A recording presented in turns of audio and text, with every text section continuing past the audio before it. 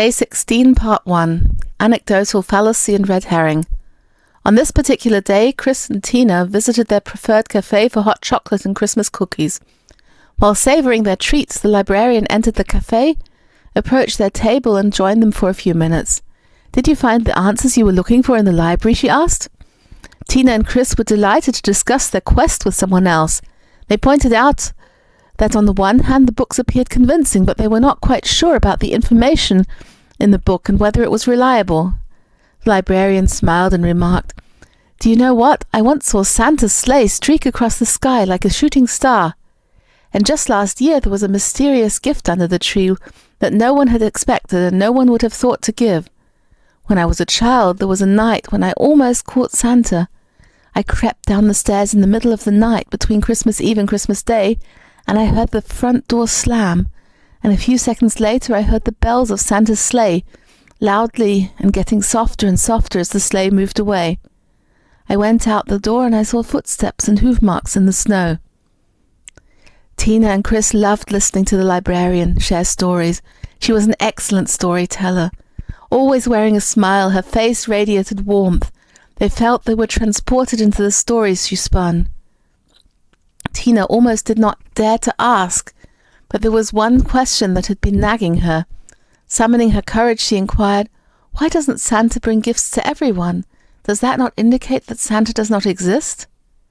The librarian smiled warmly at Tina and handed her another cookie. "That's such a good question, Tina," she smiled.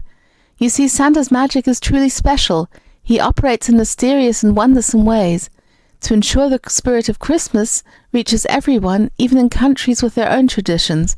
He avoids imposing on them and simply adds joy to their culture, bringing love, laughter, and warmth to children around the world. Who knows, Santa might have some extra special surprises for you. What do you think Santa might have in store for us this year?" As they launched into an exciting discussion on presents and hopes, they forgot about their quest, fully enjoying the magical moment. Anecdotal fallacy. This fallacy occurs when someone relies on a personal anecdote or isolated examples as evidence to support a general claim or conclusion. While anecdotes can be compelling and emotionally engaging, they are not representative of broader patterns or statistic trends. Red herring. This is a diversionary tactic that avoids the key issues, often by avoiding opposing arguments rather than addressing them. In this example, the red herring fallacy is introduced by diverting attention from the lack of physical evidence to the emotional and positive aspects of the holiday season. The narrative fallacy, also the fable, the poster child. The ancient fallacy of persuasion by telling a heartwarming or horrifying story or fable, particularly to less educated or uncritical audiences who are less likely to grasp purely logical arguments or general principles.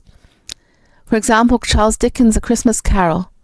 Narratives and fables, particularly those that have names, personalized arguments, tend to be far more persuasive at a popular level than other forms of arguments and are virtually irrefutable, even when the story in the question is well known to be entirely fictional. This fallacy is found even in the field of science.